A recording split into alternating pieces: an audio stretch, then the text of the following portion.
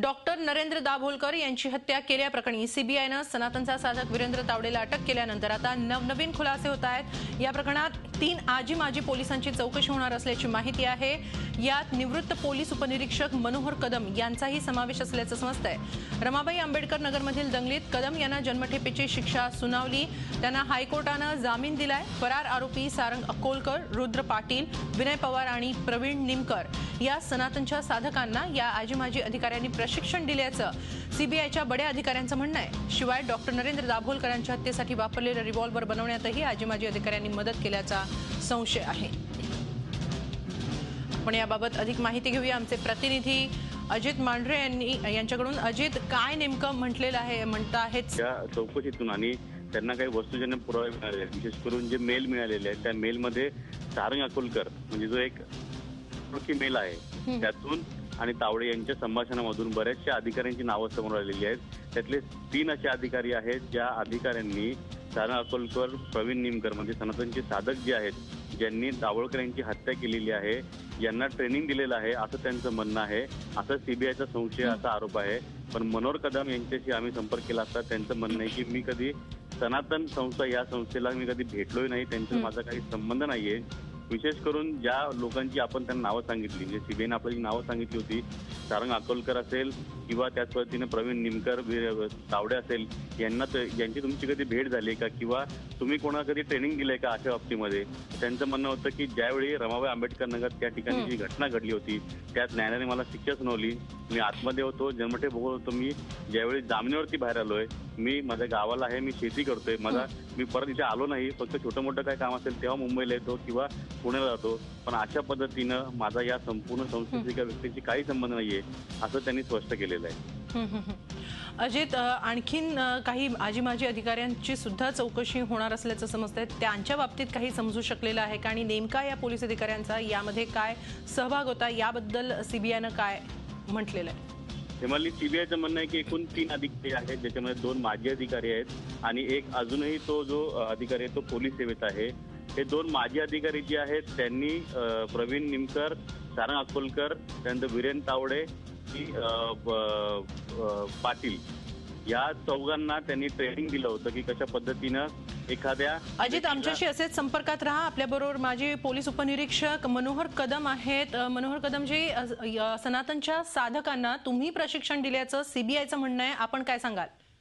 हे निव्वळ खोटं आहे, काहीतरी गैरसमज झालेला आहे आणि जर त्याच्यातून काय निष्पन्न झालं, मला आणि जे आता काय नाव घेतलं त्या संस्थेचं मला नावही आठवत नाही किंवा माहित नाही किंवा त्याच्याशी काही संपर्क नाही माझा आणि प्रशिक्षण देण्याची काहीही मला गरज नाही आणि मी कुणालाही प्रशिक्षण दिलं नाही। दांडलात खोटे खोटे आरोप माझ्यावर, विनाकामाची माझी नाहक बदनामी करायचे आरोप जे माझ्यावर झालेले, त्याच्यासाठी कुठल्याही चौकशीला सांगतील त्या क्षणी मी जायला तयार आहे।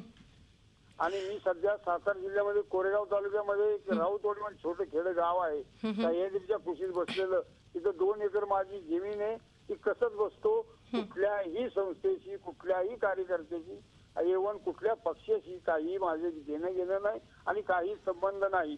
नाहक मला असं याच्या पाठीमागे बी एकदा बळीचा बकरा करण्यात आलं होतं, आता तो सक्सेस झाला नाही, त्याच्यामुळे हे दुसरं कुबान माझ्यावर असण्यात आलेलं आहे।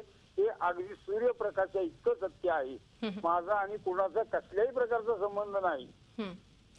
मनोहरजी, जर तुम्ही जसं म्हटलेलं आहे सनातन संस्थेशी तुमचा काही संबंध नाहीये, पण असं म्हटलं जातं आहे सीबीआय कडून की पनवेलच्या सनातन आश्रमाला तुम्ही भेट दिलीये, कधी भेट दिलीये?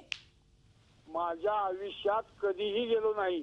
लहान असताना मला न कळत असताना मी 4-2 महिन्याचा असेल तर माझी आई वडील घेऊन गेले असते तर मला माहित नाही, पण आज रोजी कधीही कुठली संस्था, कुठलं काय, कुठल्याही कार्यालयात, कुठल्या संस्थेला, मुळात ही संस्था कोण आहे, काय आहे, कशाबद्दलची आजही मला नीट कल्पना नाही।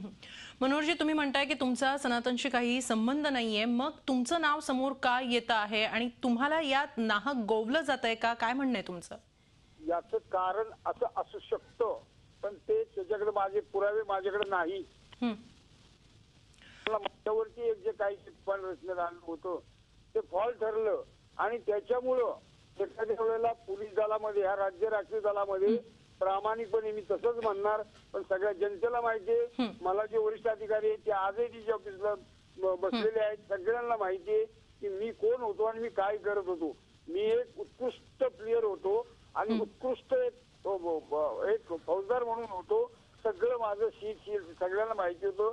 याच्या बदल्यात कोणीतरी काहीतरी कुबाड उठवून ते माझ्यावर एक मला बदनाम करायचं आजही प्रयत्न करतोय. त्याच्या पाठीमागं कोण आहे? 101% जे जुने पोलीस वरिष्ठ अधिकारी त्यांना सगळं माहितीये, शासनाला माहितीये, सगळ्यांना माहिती. माझा आणि कुठल्या संस्थेशी घेणं आणि घेणं कुठलंही नाही, काही संबंध नाहीत मला अजिबात त्यांच्याशी. कोण कुठला कोण काय तावरे का काकाडी का काय कुणाचा काही संबंध नाही माझा. ते धन्यवाद मनोहरजी. झी 24 तासकडे आपली ही प्रतिक्रिया आणि बाजू मांडल्याबद्दल. अजित, आपल्यालाही धन्यवाद सविस्तर माहिती दिल्याबद्दल. डॉक्टर नरेंद्र दाभोलकर हत्येप्रकरणी 3 आजी माजी पोलीस अधिकाऱ्यांची चौकशी होणार असल्याची सीबीआयच्या सूत्रांची माहिती आहे. यात माजी पोलीस उपनिरीक्षक मनोहर कदम यांनी आता झी 24 तासशी बोलताना सांगितलेलं आहे की आपला याच्याशी काही संबंध नाही. झी 24 तास रहा एक पाऊल पुढे.